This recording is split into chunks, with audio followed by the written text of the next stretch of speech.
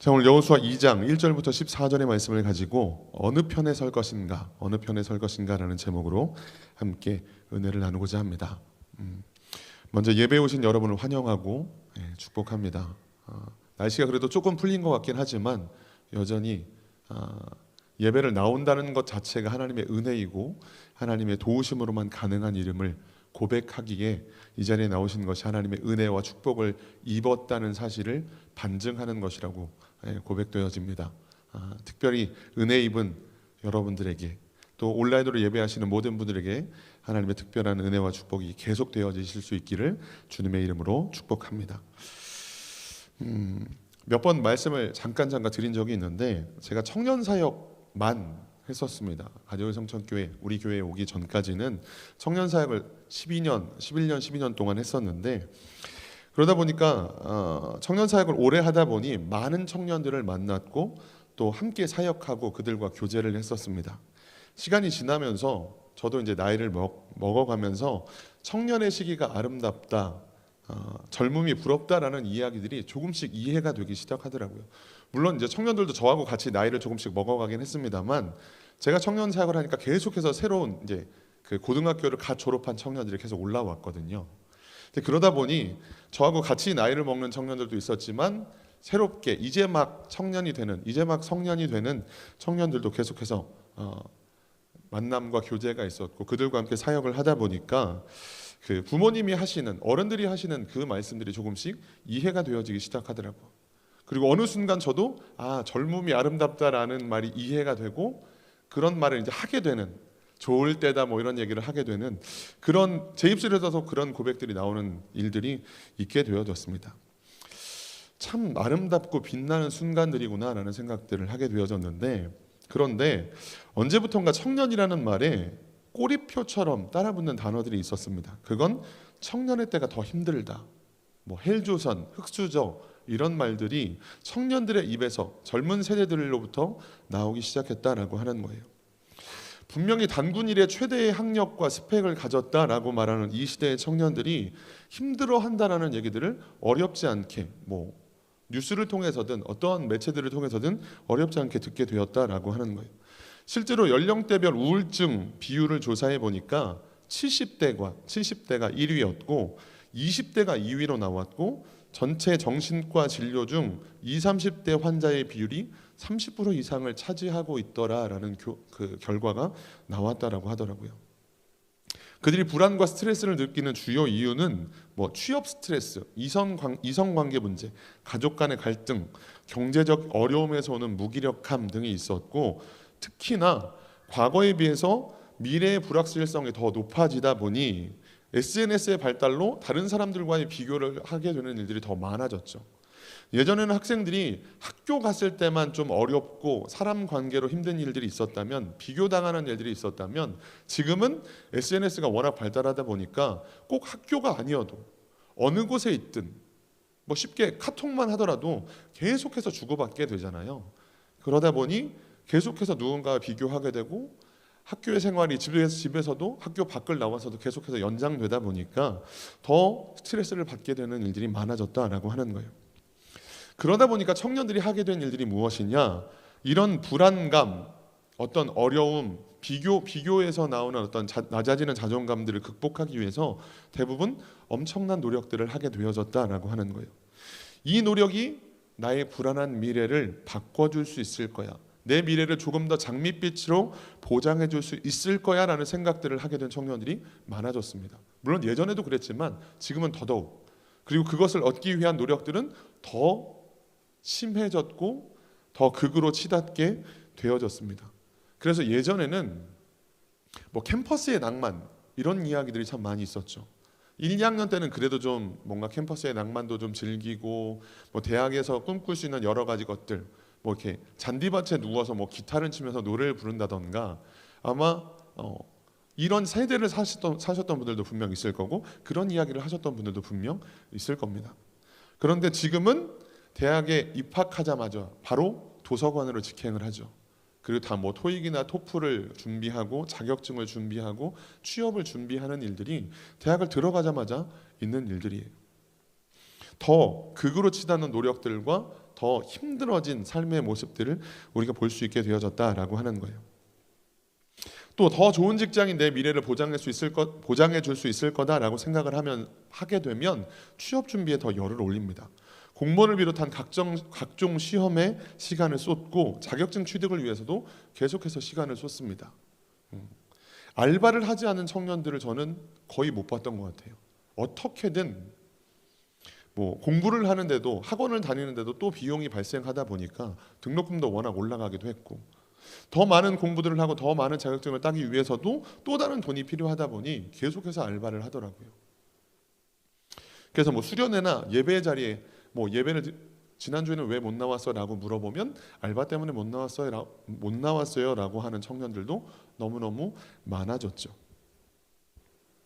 또 한편 다른 것들을 꿈꾸기도 합니다. 능력 있는 사람과 결혼하는 것들을 꿈꾸면서 자기 자신을 가꾸는 데 많은 노력을 들이는 청년들도 더욱 늘어났습니다. 비단 자매들만의 이야기는 아니고 청년들도, 남자 형제들도 마찬가지죠. 요즘에 유튜브나 SNS를 보면 남자들을 위한 화장 도구, 성형 수술, 옷을 가꾸고 헤어스타일을 어떻게 바꾸는 것들, 이런 것들도 굉장히 쉽게 접할 수 있습니다. 그 모든 것들이 어떻게 하든 내 삶에 불안한 내 미래를 조금 더 바꿔볼 수 있을까라고 하는 걱정과 불안함에서 출발하게 되었다라고 하는 거예요.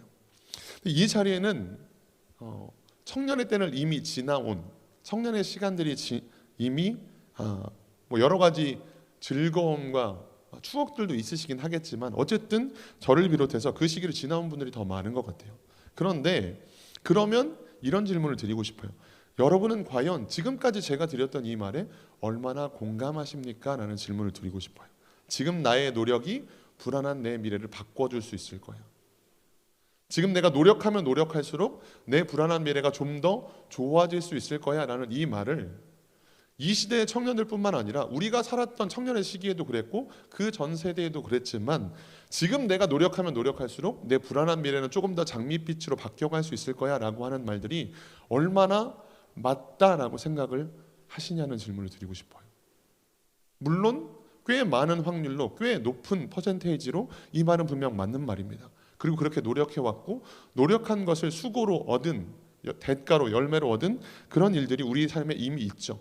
하지만 이 말이 우리의 인생의 모든 것을 보장해 줄 수 있다라고 말하면 그렇지 못한 것이 사실이죠. 작년 9월에 흰남노라는 태풍이 왔었습니다. 기억하실지 모르겠는데 제가 그때 뉴스를 통해서 들었던 이야기들은 이런 거예요. 역대급 태풍이다. 우리나라에 큰 피해를 입혔던 매미, 사라에 견줄 만한 엄청나게 강력한 태풍이 올라오고 있는데 흰남노라고 하더라. 중간중간 뉴스를 계속해서 사람들이 봤는데 어디에서 작은 태풍을 삼켜서 더 거대한 초강력 태풍이 되었다더라. 일본에서는 이 태풍 때문에 40만이 대피를 했고 오키나와를 다스리는 그 지도자가 재산도 물론 재산 피해도 감수해야 되겠지만 생명을 우선하라는 방송도 저는 뉴스를 통해서 봤었습니다. 그래서 그 뉴스들을 계속해서 접하다 보니까 제가 들었던 생각이 뭐였냐면 나도 피해야 되나? 우리 집도 좀 어디로 피신을 좀 해야 되나? 아니면 지금이라도 어떤 액션을 취해야 될까? 그 거실 창문에 신문지 같은 거 붙이고 테이프 붙이고 이런 것들을 해야 되나라는 생각들을 했던 적이 있었습니다. 혹시 기억나세요? 그 흰남노라는 태풍과 관련된 이야기들? 그런데 너무 감사하게도 그 아래쪽 지방 일부를 제외하고는 그렇게 큰 피해를 입지 않은 채 그 태풍이 지나갔어요. 무슨 말씀을 드리고자 하느냐면 이렇게 계속해서 들려오는 이야기들, 우리가 접하는 뉴스가 됐던, 사람들이 해주는 말이 되었건, 우리를 불안에 떨게 만드는 여러 가지 뉴스와 소식들 속에서 그 이야기를 들으면서 나는 과연 어떤 반응을 보이고 있는가라고 하는 겁니다. 흰남노라는 태풍 앞에서 사실 저는 태풍에 대해서 그렇게 걱정해 본 적은 별로 없었거든요. 근데 뉴스에서 계속 말하고 사람들도 뉴스 봤어? 어제 그 일본 태풍 피해 입은 거 봤어? 이런 얘기들을 계속 하다 보니까 저도 어느새 우리 집 거실 창에도 이렇게 붙여야 되나? 이런 것들을 생각하고 있더라고요. 오늘 본문에도 인생의 커다란 문제가 닥친 한 사람이 등장합니다. 불확실한 미래, 인생의 앞날에 대한 막연한 두려움 정도가 아니라 이 사람에게는 바로 눈앞에 닥친 문제가 있었습니다. 그것도 생명의 위협을 느끼고 있는 사람이에요. 그 사람은 바로 라합이라는 여인이었습니다. 라합이라는 여인. 오늘 본문을 우리가 여호수아 2장 1절부터 14절까지 읽었습니다만 사실은 우리가 굉장히 자주 접하고 많이 들어본 말씀이에요. 이 이야기를 이스라엘 백성들 입장에서 들어보면 하나님께서 행하시는 엄청난 기적과 축복의 역사들입니다.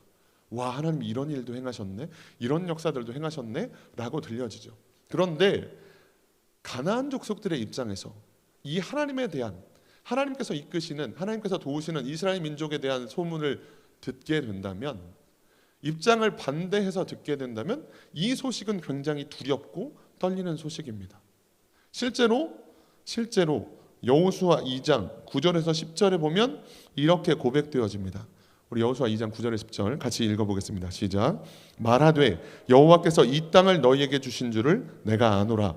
우리가 너희를 심히 두려워하고 이 땅 주민들이 다 너희 앞에서 간담이 녹나니 이는 너희가 애굽에서 나올 때에 여호와께서 너희 앞에서 홍해물을 마르게 하신 일과 너희가 요단 저쪽에 있는 아모리 사람의 두 왕 시혼과 옥에게 행한 일 곧 그들을 전면시킨 일을 우리가 들었음이니라. 아멘. 라합의 입장에서 이스라엘 백성과 그 백성과 함께 하시는 하나님에 대한 소문이 들려왔습니다. 그 소문이 뭐죠? 우리가 성경을 통해서 이미 알고 있는 하나님이라는 신이 있는데 그 하나님이라는 신이 자기 백성, 자기 민족을 애굽에서 끌어냈는데 출애굽을 시키셨는데 10가지 재앙을 애굽에 내렸고 홍해를 갈랐고 요단 동편에 있는 두 족속을 진멸시켰다라는 소문이 들려온 거예요. 아까 흰남노 얘기했던 거 기억나세요? 흰남노라는 태풍이 그 태풍으로 인해서 일본에서 40만 명이 대피를 하고 엄청난 재산 피해와 여러 가지 사상자들을 냈고 그 태풍이 바로 또 다른 태풍을 흡수해서 초강력 태풍이 돼서 우리나라에 올라오고 있다라는 그 소문에 제가 막 뭐라도 해야 되나? 어떤 액션을 취해야 되나? 라는 생각을 했던 것처럼 지금 라합에게 지금 여리고 지역을 포함한 모든 가나안 족속들에게 들렸던 하나님에 대한 소문, 이스라엘 백성에 대한 소문은 정말 두렵고 떨리는 일들이었다라고 하는 거예요.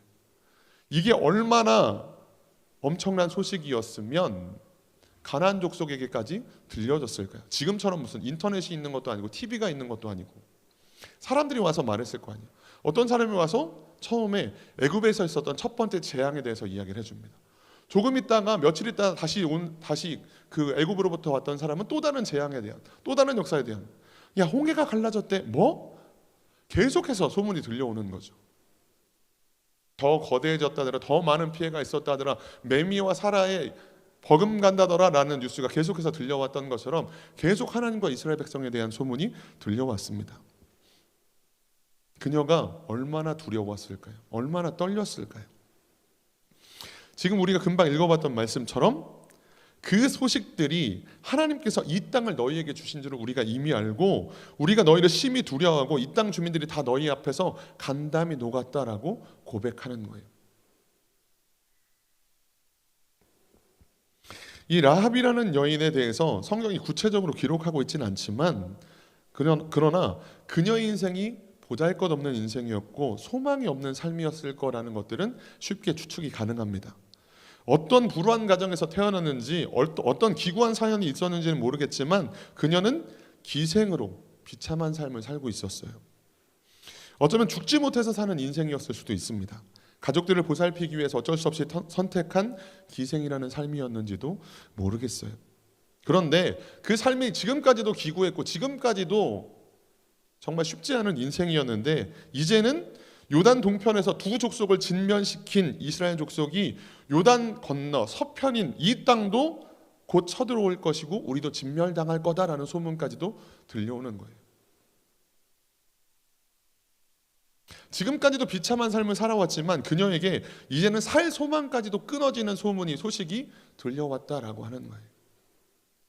그리고 그녀의 집에, 그녀의 가게에 이스라엘 민족의 정탐꾼 2명이 들어온 것이 바로 오늘 우리가 읽은 본문의 내용이다라고 하는 거예요.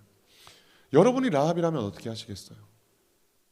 이 절체절명의 위기 앞에서 이 가장 좋지 않은 가장 나쁜 소식이 들려오는 이 상황에서 과연 내가 라합이라면, 내가 라합의 입장에서 이 소문을 듣는다면 어떤 결정을, 어떤 선택을 하겠느냐라고 하는 거예요. 지푸라기라도 잡는 심정으로 뭐라도 해야 하지 않을까요? 그런데 이 여인이, 이 라합이라는 인생이 선택한 것이 정말 놀라운 일입니다. 그녀가 했던 일은 하나님을 바라보는 것이었어요. 하나님의 편에 서는 것이었어요. 그녀가 뭘 했다고요? 이 크고 두려운 상황에서 오히려 하나님을 바라봤다라고 하는 겁니다. 여러분, 이게 가능한 일인가요? 그녀는 하나님을 모르는 사람이에요. 그녀는 하나님에 대한 소문을 이제 막 들어온 사람입니다.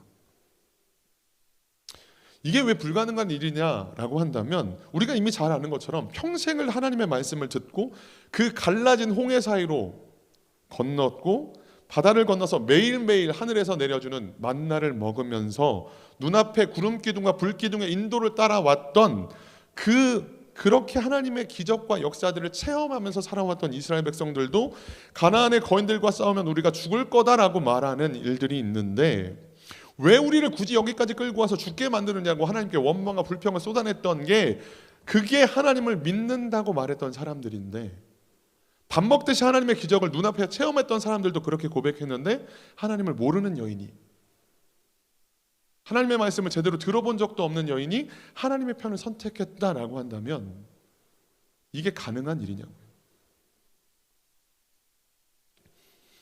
바로 얼마 전까지 그 신의 존재도 알지 못했던 여인이 말이에요. 우리가 하나님을 신뢰하고 하나님을 선택하고 그 하나님을 바라본다는 건 물론 쉽지 않은 일입니다. 말은 쉽지만 정말 어려운 일이죠. 그런데 우리보다 라합의 이 선택은 훨씬 더 어렵고 훨씬 더 힘든 일이었다라고 하는 거예요. 게다가 이 선택에 따른 대가가 있죠. 선택에 따른 대가가 없다면, 뭐 믿져봐야 본전이라면, 내가 이 선택을 한 것에 따른 어떤 손해나 후회나 실제적인 어떤 피해가 오지 않는다면 선택을 한 번쯤은 해볼 수도 있겠죠. 내가 지금 다른 방법이 없으니까 이거 한번 해볼게.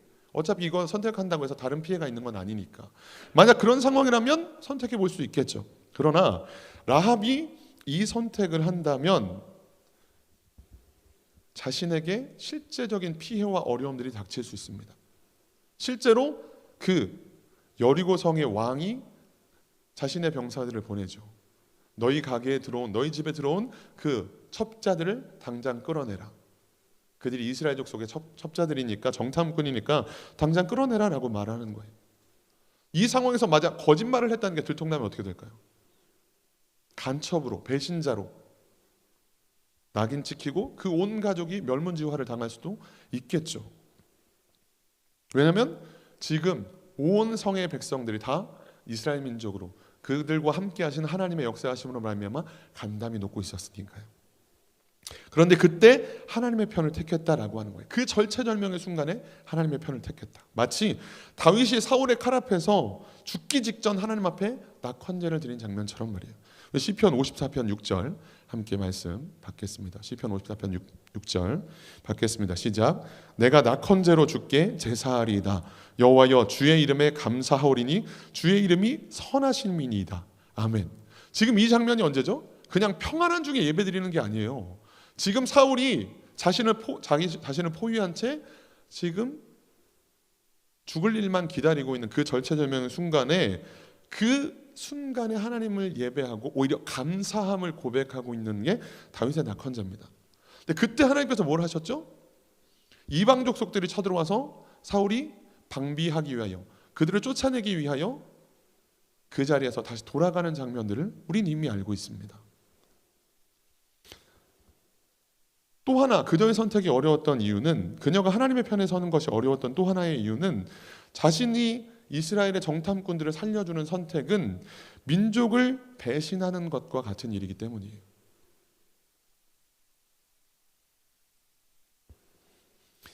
나 혼자만 어떻게 피해를 입는다면 모르겠는데, 내가 이 선택을 하면 나를 제외한, 우리 가족을 제외한 모든 민족들이 다 죽임당할 수 있는 상황이에요. 그럼 어떻게 이 선택을 할 수 있습니까? 쉽지 않은 선택이죠. 자기 자신만 안다면 모르겠지만 나는 우리 민족에게 뭐 도움받은 게 없고 내가 혜택을 입은 게 없어 라고 말할지도 모르겠지만 그 선택이 그렇게 쉬운 일은 아니죠. 출애굽기에 보면 레위 족속들이 하나님의 편에 서서 자신의 가족과 친족들을 칼로 죽이는 장면이 나옵니다. 우리 출애굽기 32장 25절에서 29절이에요. 같이 읽어보겠습니다. 시작. 모세가 본즉 백성이 방자하니 이는 아론이 그들을 방자하게 하여 원수에게 조롱거리가 되게 하였음이라. 이에 모세가 진문에 서서 이르되 누구든지 여호와의 편에 있는 자는 내게로 나아오라 하매 레위 자손이 다 모여 그에게로 가는지라.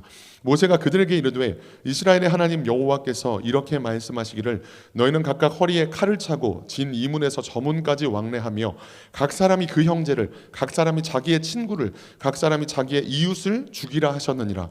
레위 자손이 모세의 말대로 행하매 이날에 백성 중에 3,000명가량이 죽임을 당하니라. 모세가 이르되 각 사람이 자기의 아들과 자기의 형제를 쳤으니 오늘 여호와께 헌신하게 되었느니라. 그가 오늘 너희에게 복을 내리시리라. 아멘. 이 장면은 그냥 읽어내려가면 별거 아닌 것처럼 느껴지지만 하나하나 뜻을 생각하면서 이게 무슨 얘기지? 곰곰이 곱씹어 보면 정말 쉽지 않은 선택을 레위 족속이 한 것들을 알게 됩니다. 사실 레위 족속은 그의 아버지인 야곱에게 저주받았던, 레위는 저주받았던 사람이에요. 그의 누이 딥나가 강간을 당했던 일들로 인해서 세겜 족속들을 진멸하는 장면들이 나왔죠. 살인하는 장면들. 그래서 아버지인 야곱이 레위를 저주하는 장면들이 있었습니다. 그런데 이 일로 말미암아 레위 족속이 오히려 이스라엘 12지파 중에 하나님을 예배하는 제사장 지파로 바뀌는 장면이 바로 이 장면이에요. 그들에 대해서 우리가 방금 전에 읽었지만 뭐라고 이야기했죠? 누구든지 여호와의 편에 있는 자는 내게로 오라 라고 모세가 말했을 때 레위 지파가 나왔고, 하나님의 편에 섰을 때 그들이 가장 먼저 했던 일이 뭐라고요? 자기의 형제와 자기의 친구와 자기의 이웃을 죽이는 일이었어요.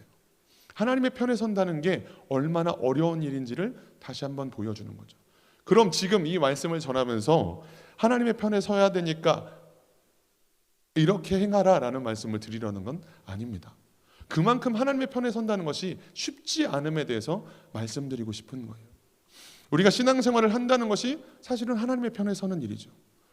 우리가 예배하고 하나님의 뜻대로 순종하며 살기를 원한다라고 하는 고백은 사실은 내가 하나님의 편에 서고 싶습니다라고 하는 고백이고, 그렇게 살겠습니다, 하나님과 동행하는 길을 살겠습니다, 누구든지 여호와의 편에 있는 자는 내게로 나오라라고 할 때 그곳으로 나아가는 자가 되고 싶습니다라는 고백을 하는 것이죠. 그런데 그 일이 얼마나 힘든지 자기의 형제와 이웃을 칼로 죽이는 것과 같은 일이다라고 하는 거예요. 그런데 이 일을 누가 했다고요? 라합이 했다고요. 하나님의 편에 서는 일을 선택했다라고 하는 거예요. 그러면 희생만 있나요? 헌신만 있나요? 아니에요. 그렇게 했을 때 라합이 얻은 축복이 무엇인가? 첫 번째, 그녀는 생명을 건졌습니다. 자신뿐 아니라 온 가족의 생명을 구했어요. 여호수아 6장 23절입니다. 여호수아 6장 23절 읽어보겠습니다. 시작. 정탐한 젊은이들이 들어가서 라합과 그의 부모와 그의 형제와 그에게 속한 모든 것을 이끌어내고 또 그의 친족도 다 이끌어내어 그들을 이스라엘의 진영 밖에 두고. 아멘. 라합이 하나님의 편을 선택하는 것 쉽지 않은 일이었어요. 어려운 일이었어요. 실제적인 희생과 여러 가지 어려움들이 따르는 일이었습니다. 게다가 그녀가 하나님의 편을 선택한 일이 곧바로 하나님의 어떤 도우심과 은혜 입음으로 나타나는, 결과가 바로 나타나는 일이 아니었어요. 우리가 오늘 읽은 본문이 어디죠? 여호수아 2장이에요. 여호수아 2장 1절부터 14절 말씀을 읽었습니다. 그런데 지금 그녀와 그녀의 가족들이, 친족들이 구원을 받은 이 장면이 어디 나오죠? 여호수아 6장에 나와요. 2장에서 행했던 그녀가 하나님의 편에 서는 일이 여호수아 2장에 나왔는데, 성경의 장수로도 3장, 4장, 5장, 6장에 가서야 그녀의 선택에 대해, 그녀가 하나님의 편에 선 것에 대해 하나님께서 그녀뿐만 아니라 그녀의 친족과 가족들 모두를 그들의 생명을 건진 장면이 6장에 나온다고요. 성경은 한 절로도 엄청난 시간의 간격을 나타낼 때가 있습니다. 그런데 6장까지 라합은 얼마나 많은 갈등이 있었을까요? 내가 하나님의 편을 선택하는 게 맞았나? 그들을 내어주고 그들을 여리고 왕에게 내어주고 조금이라도 포상을 받는 것, 그것이 내 삶을 조금이라도 윤택하게 바꿀 수 있는 길이 아니었을까? 어쩌면 그런 후회나 그런 갈등을 하지 않았을까요? 그 시간이 결코 짧지 않은 시간이었거든요. 우리가 하나님의 편을 선택하고 나서 즉시로 하나님의 어떤 축복과 응답과 하나님의 역사가 임한다면 우리의 신앙생활은 조금은 더 쉬워질 수 있을 거예요. 그런데 그렇게 쉽게 오지 않더라고요. 물론 하나님은 즉시로 응답하시는 경우들도 있습니다만 그렇지 않을 때도 너무너무 많이 있더라고요. 그럼에도 불구하고 끝까지 하나님의 편에 서실 수 있기를 주님의 이름으로 축복합니다. 그때 하나님께서 어떤 은혜를 베푸신다고요? 그 절체절명의 순간 다른 족속들과 함께 자기 민족들과 함께 진멸당할 위기에서 오히려 생명을 건지고 자기 가족 친족들까지라도 다 건짐을 받는 역사가 나타났다라고 하는 거예요. 두 번째, 그녀가 하나님의 편을 선택했을 때 하나님께서 주셨던 축복은 그녀가 예수님의 족보에 이름이 올랐다라고 하는 겁니다. 마태복음 1장 5절에서 6절이에요. 마태복음 1장 5절에서 6절 읽어보겠습니다. 시작. 살몬은 라합에게서 보아스를 낳고 보아스는 루색에서 오벳을 낳고 오벳은 이새를 낳고 이새는 다윗 왕을 낳으니라. 다윗은 우리아의 아내에게서 솔로몬을 낳고. 아멘. 우리는 금요철야를 통해서 똑같이 절망적인 상황 속에서 태생은 저주받은 족속이었지만 시어머니 나오미를 따라 하나님을 만나게 되었고 하나님을 알게 되었고 어머니의 하나님이 나의 하나님이 될 것이라고 고백하며 베들레헴으로 따라왔던 룻에 대해서 계속해서 다윗 목사님을 통해서 말씀을 듣고 있습니다. 그 룻과 함께 예수님의 족보에 올랐던 이방 여인이 누구라고요? 라합이라고요. 라합은 살몬과 함께 결혼함으로 보아스를 낳았다라고 이야기를 합니다. 그리고 그 보아스는 룻에게서 오벳을 낳았다라고 이야기를 해요. 말씀드렸지만 하나님을 모르는, 하나님에 대해서 얼마 전까지 들어본 적도 없는 그 이방 여인이 하나님의 편을 선택하는 게 참 쉽지 않은 일이었을 거다라고 말씀드렸어요. 실제로 생명의 위협을 당하는 많은 일들이 있었지만 민족을 배신하는 것과 같은 어려움이 있었지만 그럼에도 하나님의 편을 선택한 그녀들에게 하나님이 주셨던 축복이 뭐라고요? 예수님의 족보에 오르는 엄청난 축복을 주셨다라고 하는 겁니다. 그녀의 삶은 참 쉽지 않은 삶이었어요.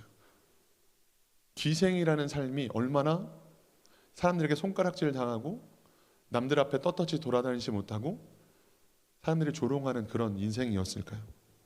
그렇게 사는 것 자체도 쉽지 않았을 텐데 이제 그 삶마저도, 그 비루하고 힘든 삶마저도 끝나게 되었다라고 하는 소문이 들려왔을 때, 이스라엘 족속들이 이제 곧 우리도 진멸시킬 거야 라는 소문이 들려왔을 때 그녀가 선택할 수 있는 것 아마 거의 선택지가 없었을 거예요.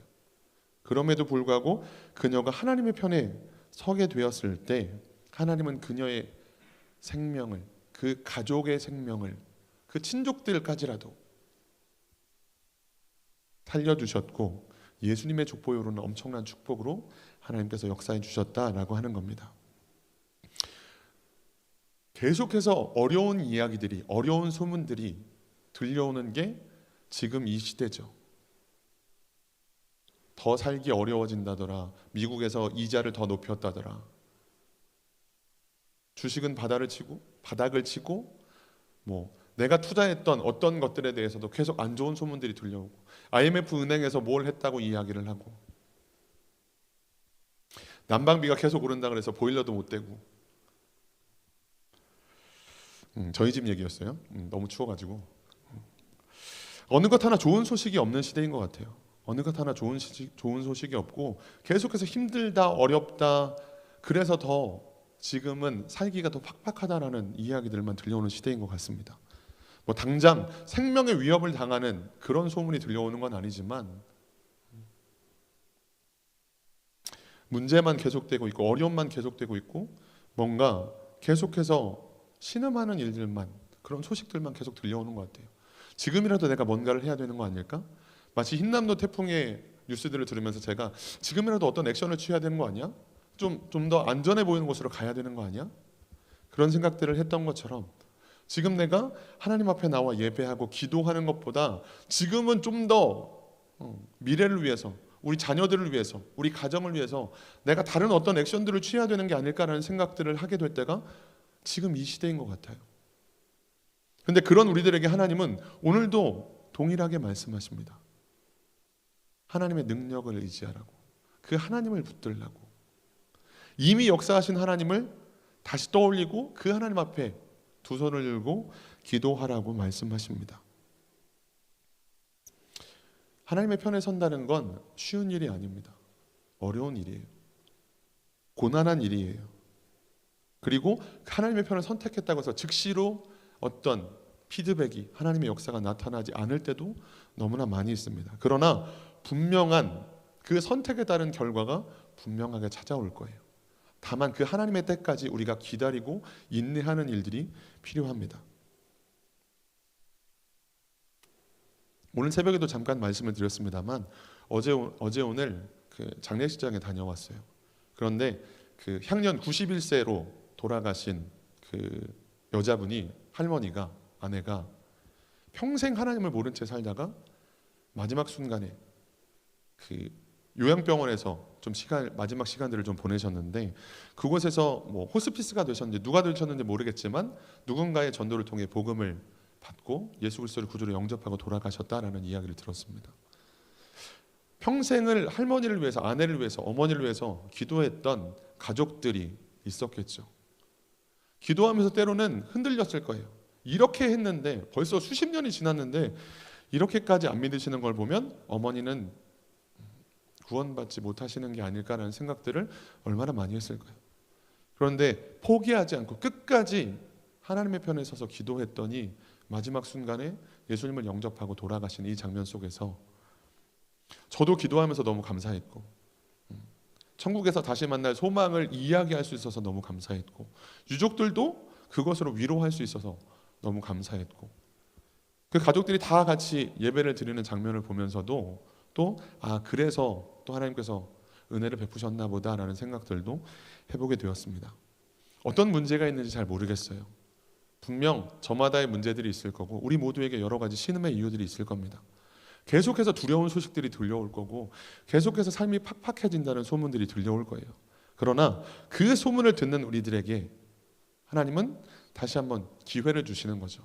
하나님의 편을 선택할 수 있는 기회, 하나님의 편에 설 수 있는 기회, 그리고 하나님의 편에 섰을 때 그들에게 부으시는 은혜와 축복들을 오늘 본문을 통해서, 오늘 라합의 인생을 통해서 다시 한번 우리들에게 들려주고 계십니다. 네 인생이 어려웠고 지난 시간들이 참 쉽지 않았지만 그러나 나의 편을 선택한다면, 내게로 온다면 내가 너에게 이런 은혜를, 이런 축복을 베풀어 줄 거야. 너뿐만 아니라 너의 가족들, 너의 자녀들의 삶까지도 내가 책임질 거다라고 말씀하시는 일들이 성경 속에 계속해서 고백되어지고 있는 거죠. 말씀을 마치겠습니다. 하나님의 편에 설 수 있기를 주님의 이름으로 축복합니다. 하나님의 편에 서실 수 있기를, 그렇게 우리의 연약함을 주님 앞에 고백하고 하나님 믿음 없음을 도와주셔서 오늘 다시 한번 하나님의 편에 서서 하나님과 동행할 수 있는 은혜를, 축복을 저에게 허락해 주세요라고 기도하시면서 하루하루, 뭐 10년 후에 20년 후에가 아니라 그냥 하는 오늘 하루, 오늘 제 한 걸음 가운데 하나님 함께해 주세요라고 기도하시면서 그렇게 하루하루 주님과 동행하시는, 나중에는 인생의 마지막 순간에 에녹처럼 나와 동행하였구나라고 그렇게 칭찬받으실 수 있는 저와 여러분들이 되시기를 주님의 이름으로 축복합니다. 기도하겠습니다.